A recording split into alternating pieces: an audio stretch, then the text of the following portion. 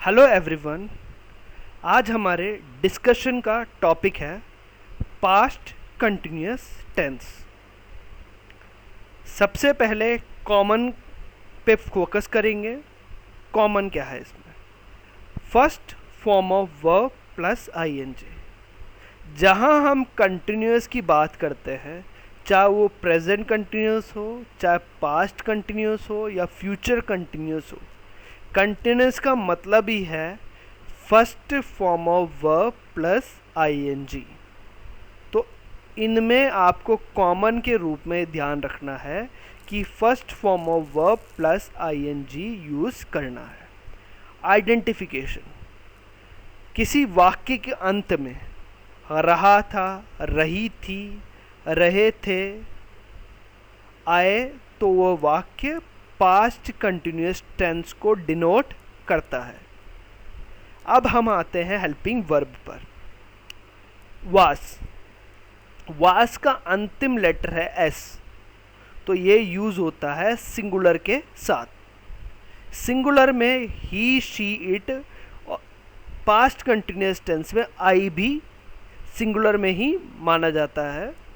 तो ही, she, it, आई और singular noun के साथ आप वास का प्रयोग करेंगे।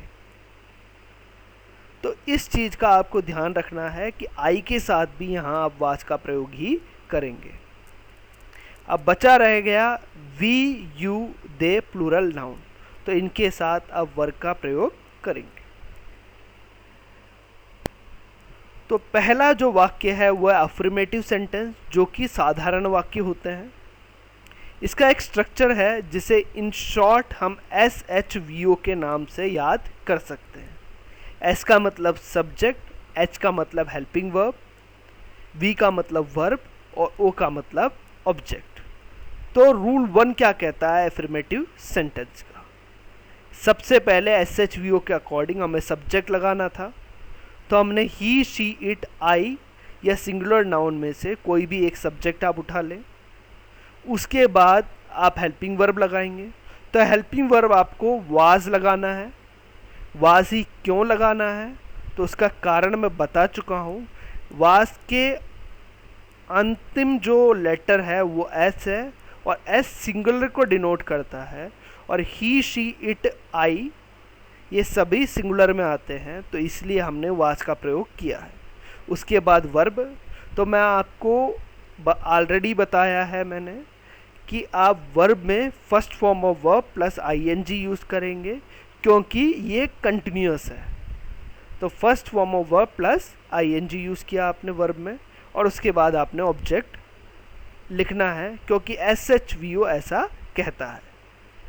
उदाहरण के तौर पर लिखा गया है ही वॉज प्लेइंग क्रिकेट। ही आपका सब्जेक्ट हो गया, वाज आपका हेल्पिंग वर्ब हो गया, प्लेइंग प्ले प्लस आईएनजी, तो first form of verb play है और उसके साथ आईएनजी यूज़ किया आपने, और उसके बाद ऑब्जेक्ट आपने लिख दिया क्रिकेट। ज़रूरी नहीं है क्रिकेट लिखें, आप कोई भी खेल का नाम लिख सकते हैं। वाक्य का अनुवाद हुआ वह क्रिकेट खेल रहा था। आइडेंटिफिकेशन में बता चुका हूँ कि जिन वाक्यों के अंत में रहा था, रही थी, रहे थे आते हैं, वो वाक्य पास्ट कंटिन्यूअस टेंस के होते हैं। तो ये रहा था आया है, तो ये वाक्य पास्ट कंटिन्यूअस टेंस का है।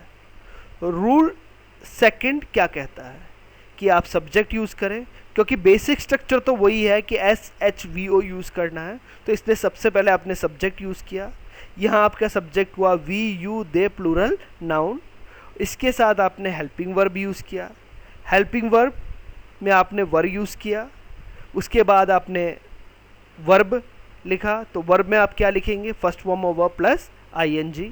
इसका कारण मैं आपको पहले बता चुका हूँ कि ये कंटिन्यूअस है, तो इसलिए first form of verb plus ING use करेंगे। और उसके बाद आपने लिखा ऑब्जेक्ट। वाक्य क्या बना? तो सब्जेक्ट के रूप में आपने we, you, they plural noun में से कुछ भी ले लिया, तो यहाँ हमने दे लिया है। उसके बाद क्योंकि दे आया है तो इसके साथ वाज तो आने से रहा, आपको वरी यूज़ करना पड़ेगा, तो दे के साथ आपने वरी यूज़ किया। फिर आपने लिखा प्लेइंग। मी प्ले के साथ ing तो वो बन गया प्लेइंग। तो प्ले तो हुआ फर्स्ट फॉर्म ऑफ वर्ब, क्योंकि ये कंटिन्यूस है तो ing और आपने लगाया, तो प्ले प्लस ing प्लेइंग हो गया। और इसके बाद आपने ऑब्जेक्ट लिखा क्रिकेट। अनुवाद हुआ वे क्रिकेट खेल रहे थे। वाक्य के अंत में रहे थे, तो ये हमें डिनोट करता है कि ये वाक्य पास्ट कंटिन्यूअस टेंस का है। आगे है नेगेटिव सेंटेंस। ये वो वाक्य होते हैं जिनके आखिर में नो, नॉट, नेवर आता हो। इसका रूल क्या कहता है? वही SHVO है, क्योंकि ये नेगेटिव है तो नेगेटिव को दिखाने के लिए आपको नॉट यूज़ करना पड़ेगा, तो आपने यहाँ पर हेल्पिंग वर्ब के साथ नॉट यूज़ किया है। बाकी सब्जेक्ट है, हेल्पिंग वर्ब है, उसके बाद मैंने कहा क्योंकि ये नेगेटिव सेंटेंस है तो इसलिए नॉट यूज़ करना पड़ेगा, तो बीच में आपने नॉट को लगाया है इसमें हेल्पिंग वर्ब के बाद। Subject, helping verb, not, verb plus object. आपका रूल फर्स्ट क्या कहता है कि वही SHV वाला कंसेप्ट है कि सबसे पहले आप सब्जेक्ट लिखें, तो आपने सब्जेक्ट लिख दिया, कुछ भी हो सकता है, ही भी हो सकता है, शी भी हो सकता है, इट भी हो सकता है, आई भी हो सकता है, या कोई सिंगुलर नाउन भी हो सकता है। उसके बाद आपको हेल्पिंग वर्ब लगाना था, तो हेल्पिंग वर्ब आपने वाज लगाया। वाज का कारण आपको पता ही है कि आखिर में एस आ रहा है तो ये सिंगुलर के साथ यूज़ होगा, तो इसलिए चाहे वो ही हो, शी हो, इट हो, आई हो, या कोई सिंगुलर नाउन हो, तो उसके साथ आप वाज यूज़ करेंगे। और नॉट यूज़ करेंगे, नॉट इसलिए यूज़ करेंगे क्योंकि ये नेगेटिव सेंटेंस है। और इसके बाद आपको वर्ब यूज़ करना है। वर्ब भी कौन सा? First form of verb plus ing, क्योंकि ये कंटिन्यूअस है। और इसके बाद ऑब्जेक्ट। वाक्य बना she was not playing cricket. वह क्रिकेट नहीं खेल रही थी। तो रही थी से हमें पता लगा कि वाक्य पास्ट कंटिन्यूअस टेंस का। रूल सेकंड क्या कहता है कि आप सब्जेक्ट लगाएं, वही वाला स्ट्रक्चर यूज़ होगा SHVO वाला, बस इसमें नॉट आपको एडिशनल लगाना है। तो सब्जेक्ट आपने सबसे पहले लिखना ही लिखना है, आपने लिख दिया, तो we, you, they plural noun होगा, इनमें से कोई सा भी। और इसके बाद आपका हेल्पिंग वर्ब हुआ, तो हेल्पिंग वर्ब में आपने वर यूज़ किया, क्योंकि प्लूरल है तो प्लूरल के साथ वर यूज़ करना है। उसके बाद आपने नॉट लिखा, क्योंकि नेगेटिव सेंटेंसेस है नॉट तो लिखना ही पड़ेगा आपको, तो नॉट लिखा। उसके बाद आपको वर्ब लिखना था, तो वर्ब में मैं आपको कॉमन में बता चुका हूँ कि first form of verb plus ing he use होगा, क्योंकि ये कंटिन्यूअस है। और इसके बाद आपका ऑब्जेक्ट। वाक्य बना they were not playing cricket. वे क्रिकेट नहीं खेल रहे थे से हमें ज्ञात हुआ कि ये वाक्य नेगेटिव सेंटेंस का तो है और ये वाक्य पास्ट कंटिन्यूअस टेंस का भी है। तो रहे से हमें पता चल रहे थे से हमें पता चला कि ये वाक्य पास्ट कंटिन्यूअस टेंस का है। आगे हम इंट्रोगेटिव सेंटेंस के बारे में पढ़ेंगे। तो इंट्रोगेटिव सेंटेंस वो वाक्य होते हैं जिनके द्वारा हम क्वेश्चंस पूछते हैं। We ask questions. इसका स्ट्रक्चर थोड़ा सा डिफरेंट है, वही स्ट्रक्चर है SHVO वाला, पर यहाँ पर जो H है जो कि हेल्पिंग वर्ब को बताता है वो आगे चला जाता है और कोई डिफरेंस नहीं है। तो ये आगे चला जाता है तो सब्जेक्ट आपका पीछे आ गया। तो आपका स्ट्रक्चर बना हेल्पिंग वर्ब, सब्जेक्ट, फिर आपको वर्ब लिखना है, फिर ऑब्जेक्ट लिखना और आखिर में क्वेश्चन मार्क लगाना है।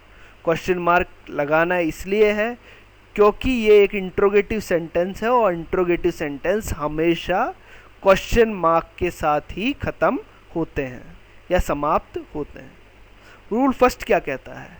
तो सबसे पहले हेल्पिंग वर्ब लगाएंगे, तो हेल्पिंग वर्ब आवाज़ लगाएंगे क्योंकि आपका सब्जेक्ट जो आने वाला सब्जेक्ट जो है he, she, it, I singular noun है, तो इसके साथ आप वाज लगाएंगे। फिर वर्ब कौन सा लगाएंगे?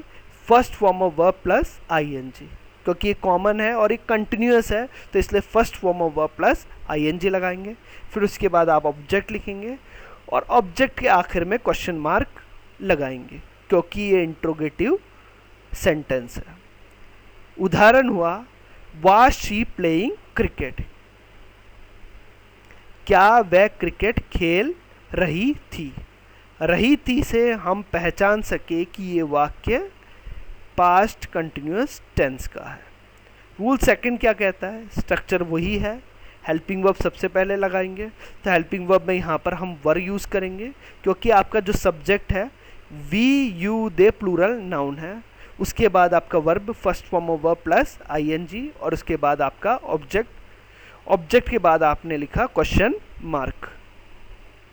उदाहरण हुआ were they playing cricket question mark, क्या वे क्रिकेट खेल रहे थे। रहे थे से हमें ज्ञात हुआ कि वाक्य पास्ट कंटिन्यूअस टेंस का है। If you like this video, like and subscribe us.